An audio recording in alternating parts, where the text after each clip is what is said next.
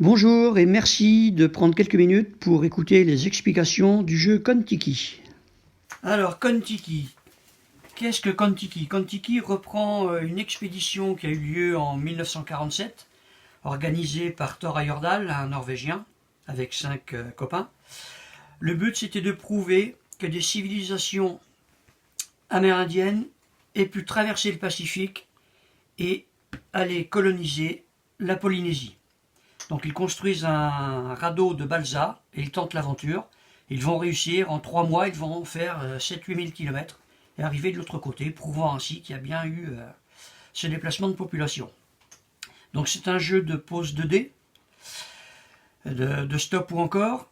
Alors le début de partie, il est simple. On a le petit pion radeau qui va bien, qui est sur la case de départ. Donc le but, ça va être de l'amener sur la case d'arrivée à l'autre bout. Pour ça, on commence avec un petit plateau d'aventure, d'événements. C'est le début du jeu, c'est là où on se prépare vraiment pour l'expédition. Donc on a 30 dés en matériel. On va distribuer les dés équitablement entre tous les joueurs. Là, j'ai représenté pour 5 joueurs.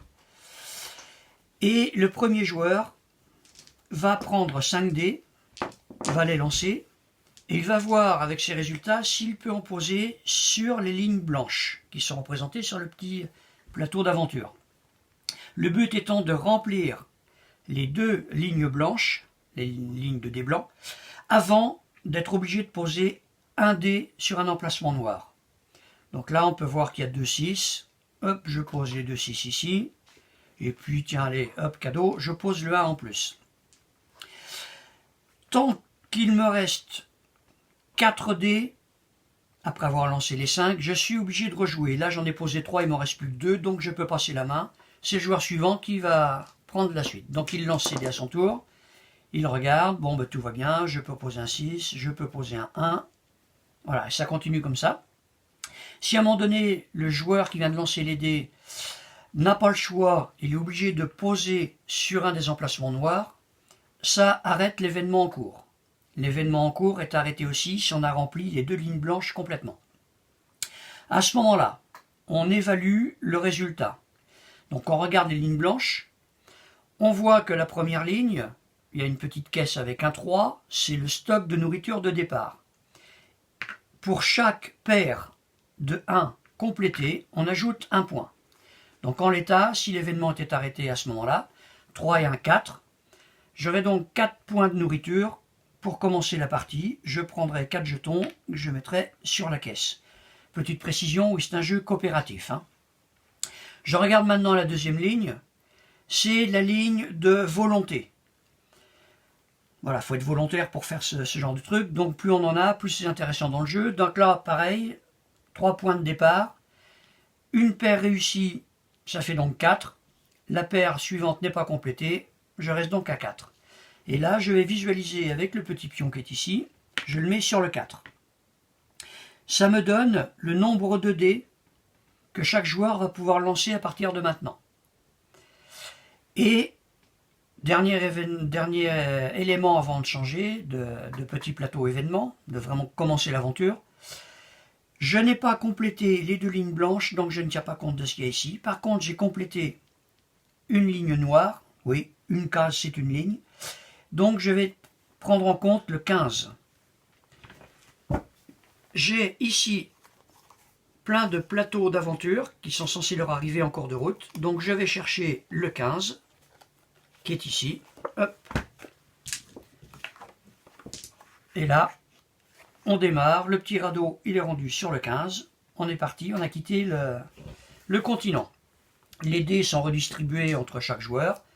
Et puis on va refaire de la même manière. Alors sauf que là maintenant, début de jeu, le premier joueur va lancer 3 dés seulement, puisqu'on est au niveau 4 de volonté. Le but étant de remplir là aussi les lignes blanches avant de mettre un dé noir. Si on remplit les lignes blanches, on peut dire que l'événement a été surmonté avec succès. Donc on ira sur le 10, ça veut dire que le petit radeau il va venir sur le 10. Si on a raté, on a rempli une case noire, on ira sur le 16. Et donc le petit radeau viendra là. Il faut bien se dire qu'à chaque fois qu'on va rater, ça va rallonger un peu le parcours. Et il va nous arriver des trucs un petit peu plus compliqués. On est un petit peu sur une idée du livre dont vous êtes le héros, hein, on ne sait jamais après chaque chapitre où ça va nous mener en fonction de si on a réussi ou pas. Alors les lignes blanches maintenant, elles seront toujours au minimum de 3. La première ligne représente la force de l'ensemble de l'équipage. Si à la fin d'un événement, alors bon, hop, c'est des 6 hein, qu'il faut mettre, voilà, paf, paf, paf, paf, hop, voilà. Si à la fin de l'événement, donc si on n'a pas tout rempli les blancs, qu'on a mis un dé noir, pour chaque dé blanc manquant sur la première ligne, il faudra défausser 2 dés. Donc on choisira quel joueur se défausse, on peut répartir évidemment, et les dés vont être mis dans la mer, ici dans la défausse. On fait la même chose pour la nourriture, s'il manque des dés sur la ligne nourriture, on défaussera autant de nourriture qu'il manque de dés. Et puis sur la ligne volonté, si la ligne n'a pas été remplie, on perdra encore un point de volonté. Attention, ça va devenir compliqué parce que là, on se retrouve avec plus que 2 dés à lancer à chaque tour. Alors, pour se refaire un petit peu la main, on a les personnages qui étaient sur le radeau, donc on va s'en servir. Ils peuvent servir chacun une fois. Ils ont un pouvoir unique. On peut voir que Thor Heyerdahl, il peut permettre de remonter le niveau de force, tout comme son compatriote, dont j'ai oublié le nom, Watzinger. Donc, à mon tour de jeu, au lieu de poser sur le plateau là, je peux décider de poser sur le personnage. Donc voilà, au bout d'un moment, etc. À partir du moment où il y a au moins 2 dés, on peut l'activer. L'intérêt, c'est quand même d'attendre qu'il y en ait 3. Donc le joueur actif peut décider d'activer le personnage. Donc il va enlever les 3 dés. Il va remonter de 3 le niveau de force. Et le personnage est retourné côté fatigué. Il ne pourra plus servir du reste de la partie. Donc on en a 2 pour la force, on en a 2 pour la nourriture et on en a 2 pour l'énergie. Donc une fois qu'ils sont retournés, ils sont retournés. Donc voilà un petit peu comment ça se passe. Donc on va changer d'événement à chaque fois qu'un événement a été résolu, avec succès ou pas.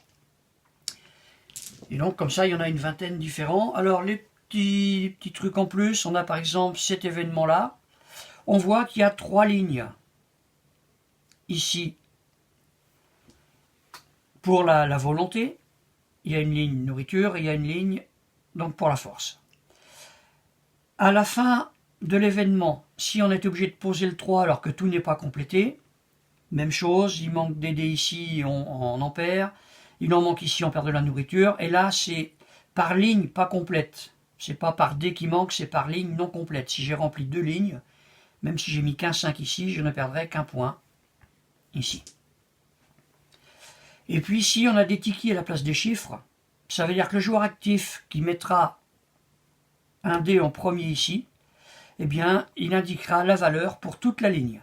Ce sera, s'il a mis un 4, ce sera forcément des 4 d'un bout à l'autre.